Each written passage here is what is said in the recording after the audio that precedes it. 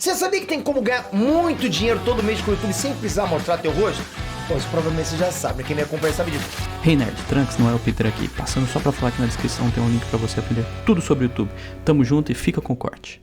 Não é, Deixa eu cara. dar um ponto que, pra mim, é um grande exemplo de por que é a grande mídia e por que é os oligarcas que estão impondo à sociedade esse tipo de lógica.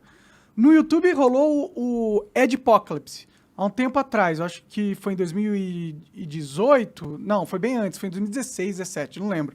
O que foi o Adpocalypse? O YouTube era livre pra caralho antes, não era? Tinha um monte de coisa, tinha até terrorista degolando os outros, tinha tudo. Sim, entendeu? eu achava, é verdade. E aí o que aconteceu? O New York Times, junto com a rede de grandes mídias, fizeram uma matéria e colocaram para os anunciantes, ó, tu vai anunciar no YouTube, olha tudo que eles permitem. Uhum. E aí o que aconteceu? Todos os anunciantes, depois dessa matéria, saíram fora do YouTube. Eles cancelaram o YouTube. O YouTube foi cancelado naquela época. E aí o YouTube tremeu. Ele falou assim, porra, se a gente perder todos os nossos anunciantes, a gente não consegue manter essa estrutura viva. Uhum. E aí eles cederam e falaram, tá bom, então vamos pôr um certo controle de como a informação pode ser divulgada aqui. Uhum. E isso é um jogo que aconteceu por causa que os grandes jornais fizeram esse dossiê, entendeu? Pra fuder. Por que eles fizeram esse dossiê? Tipo, eles estão preocupados realmente com o bem da sociedade poder ver o que tá acontecendo no terrorismo ali ou não? De forma nenhuma. O que eles queriam era um controle do que passava no YouTube. Por que eles queriam controle?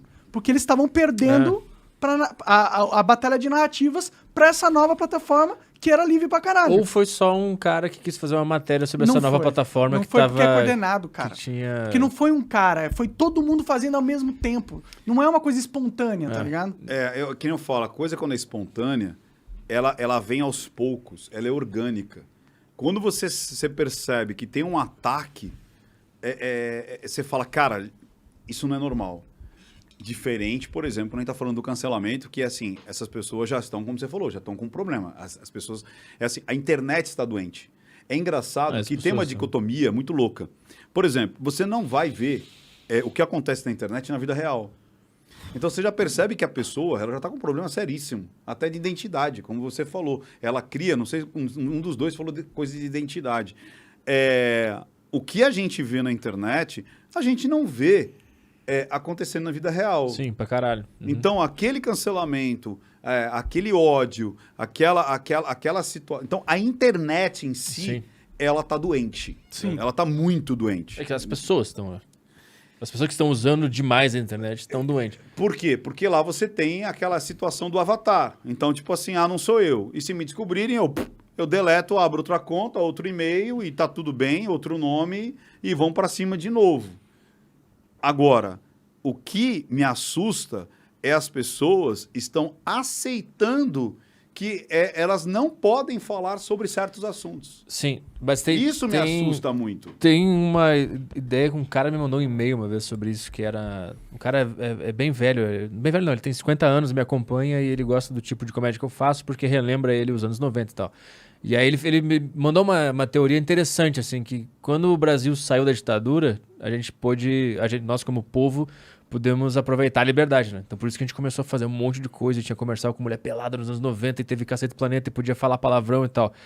E de acordo com essa teoria, assim, existe meio que um efeito sanfona, assim. A gente liberou demais, foi todo mundo livre pra falar o que quisesse, a gente falava um monte de merda, fazia piada pra caralho, e aí agora a gente tá voltando essa sanfona, a gente tá apertando de novo. A gente está se censurando, só que agora nós mesmos estamos nos censurando, não é mais o governo ditatorial, né? E de acordo com essa visão, daqui 15 anos, a gente vai voltar a liberar tudo de novo. E isso vai ficar acontecendo ao longo do tempo. A gente vai liberar tudo e vai censurar, porque a gente vai com medo. Uma hora a mola estabiliza, né? E vai estabilizar num equilíbrio legal ali que a gente vai poder continuar falando nossas paradas e tal. Mas essa teoria não entende que existe essa dinâmica dessas grandes empresas manipulando essa sanfona. Entendi. Só que nesse caso, o equilíbrio da sanfona, ele, na minha visão, ele tá em todo mundo poder falar o que quer. Sim. Quando a gente chega nesse momento que deveria ser o equilíbrio, mas a sanfona começa a ir pro outro lado, entendeu? Não Sim. é natural. A sanfona não era naturalmente... Mas é que a gente tá no meio do caminho.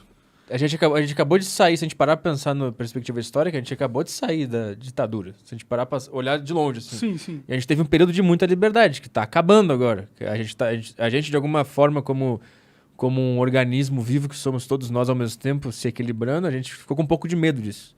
É que eu não vejo que a gente tinha toda essa liberdade no passado. Tinha mais do que tem hoje. Não sei Tanto que no se YouTube tinha. podia botar gente decapitada. Não, tudo bem. Nesse curto período de tempo, sim. Nos anos Mas- 90 tinha piadas, porra, que hoje se tu repetir ela, tá cancelado. Sim, mas o Entendeu? palavrão era mal visto, entendeu? Mas algumas pessoas começaram a falar palavrão no rádio, por exemplo. Já podia falar palavrão no rádio. Sim. E ninguém se assustava mais com isso. Isso foi se acostumando a falar palavrão, a fazer piada mais arriscada. Podia ter o cara morrendo no YouTube, por exemplo. A gente tava com essa liberdade completa, né? A gente se assustou um pouco, como organismo vivo, seres Faz sentido, humanos. é um bom argumento. Se assustou um pouco. E a gente começou agora a ter medo de palavras, ter medo de coisas sendo ditas e tal. A gente começou a apertar esse negócio e a gente tá se censurando.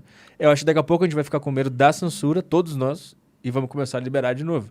A gente vai ficar fazendo isso durante um tempo. Mas você concorda que isso pode estar acontecendo mesmo? Pra mim faz todo sentido. Mas você concorda que algumas pessoas perceberam que nessa volta, no momento onde as pessoas acharam, puta, tem liberdade demais, elas capturaram esse sentimento e falaram, opa, eu posso usar esse sentimento como arma política. E aí elas ficam usando esse sentimento pra destruir as pessoas que são inimigos políticos dela. Mas isso também não foi feito com a liberdade? Tipo, o Bolsonaro era o cara que falava da liberdade de expressão, vamos mudar o Brasil, chega do PT e tal. E ele também usou a liberdade como uma arma política, né? Isso, eu acho que ela vai ser sempre usada, de algum lado ou outro. Não. Ou pra soltar ou pra segurar, você fala. Vai ser sempre usada. Mas aí é uma pauta ideológica. Aí são lados que acham que é legal ter, outros lados que é legal não ter. Sim. O que me assusta é quando isso é de uma maneira coordenada e de coisas bobas. Porque, de novo, me dá medo as pessoas aceitarem a estrelinha de Davi.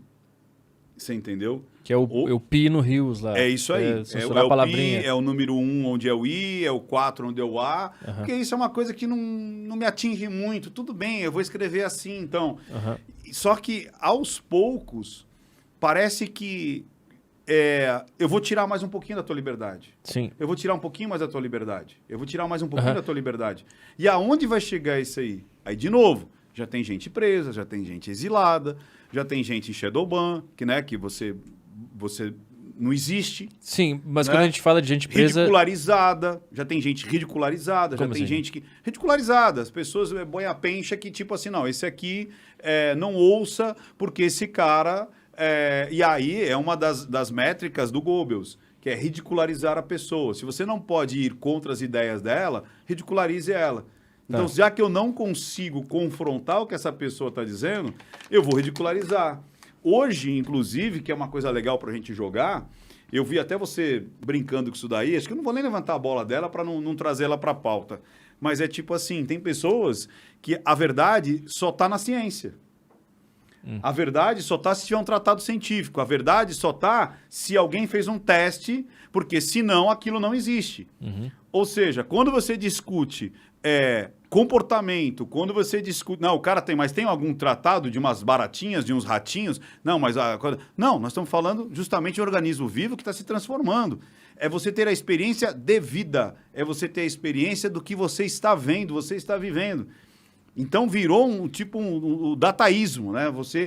As pessoas criaram uma religião que é a religião dos dados. Cadê os dados? Entendeu? Onde estão os dados? Porque se não tiver os dados, não existe. Chegou nessa loucura. Eu conversei com as pessoas assim. Se não tiver um dado, se não tiver uma experiência, aquilo não existe. Sim. A que ponto? E aí, se você tem uma opinião... Eu vi um cara falando isso outro dia. Tipo, mas espera aí.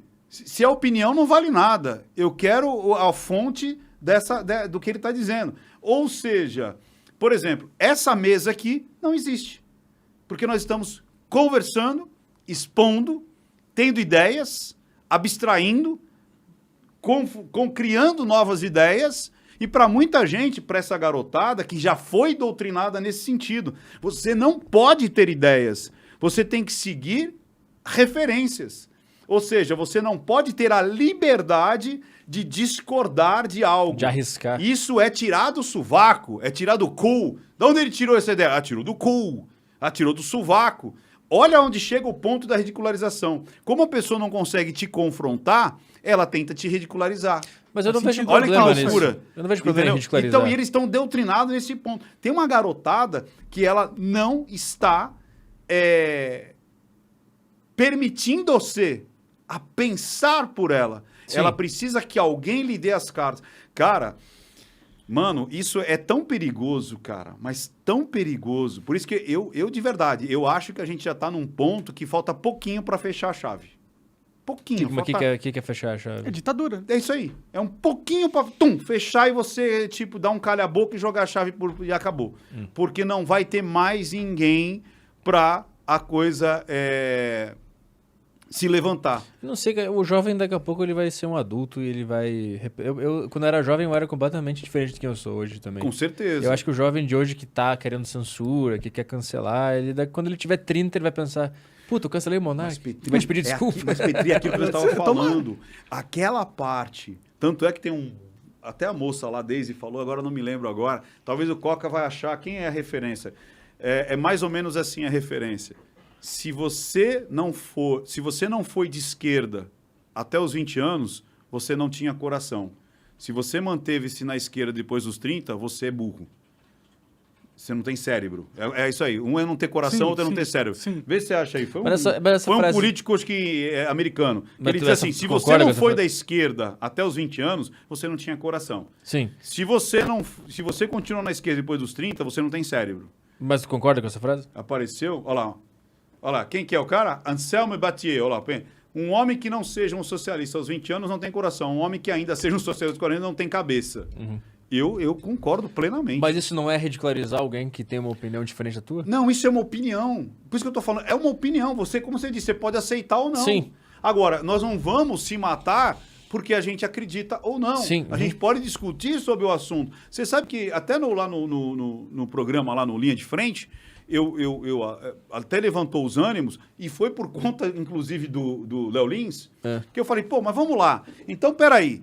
Não, mas você ainda vai discutir isso? Eu falei, sim, eu vou discutir o que aconteceu com o Léo Lins. Não, mas ele está errado, não tem como, você vai defender. Eu falei, eu não estou defendendo, eu estou jogando uma pergunta, uma discussão. Hoje as pessoas estão doutrinadas a, se você não concordar com o pensamento delas, você deve ser abolido. Sim. Você deve desaparecer do mapa. Sim. Então, se você joga uma questão para pensar, as pessoas acham que aquela pergunta sua já está imbuída que é a sua opinião. Sim. As pessoas não estão entendendo que a pergunta que você faz é para abrir uma discussão e não para defender uma ideia. Sim, é que hoje em dia, eles entenderam o jogo, entendeu? As pessoas entenderam o jogo. O jogo é, quando cria-se uma narrativa sobre alguém, se você dá alguma opinião fora dessa narrativa que for criada, você vai virar alvo. Então as pessoas ficam com medo de ser alvo. E quando elas veem uma pessoa dando uma opinião que é fora dessa narrativa mestre, elas ficam com medo de serem associadas a quem está falando fora da narrativa. Então eles se sentem na vontade de te rechaçar, porque eles querem garantir assim, ó, eu não tô com esse cara aí não. Ele tá falando uma parada diferente aí, mas eu ainda tô aqui obedecendo a narrativa mestra. Eu não sou alvo, não me torne alvo, por favor. E aonde se pegou mais isso, Petri? Que é o lance do bolso, né, cara? Onde pega as pessoas? Pega no dinheiro. Sim. A gente viu isso acontecer lá no Flow. Quantas pessoas pediram para tirar episódio do ar? Vá pra puta que eu pariu. Quer dizer, você tem medo do que você disse? Mas é só você tem medo do que você viveu? Você tem medo do que você participou? Eram pessoas que estavam envolvidas com o mainstream. Né? E o que eu tô ficando, assim, de novo, com medo, Petri. Eu tô com medo de verdade. De verdade.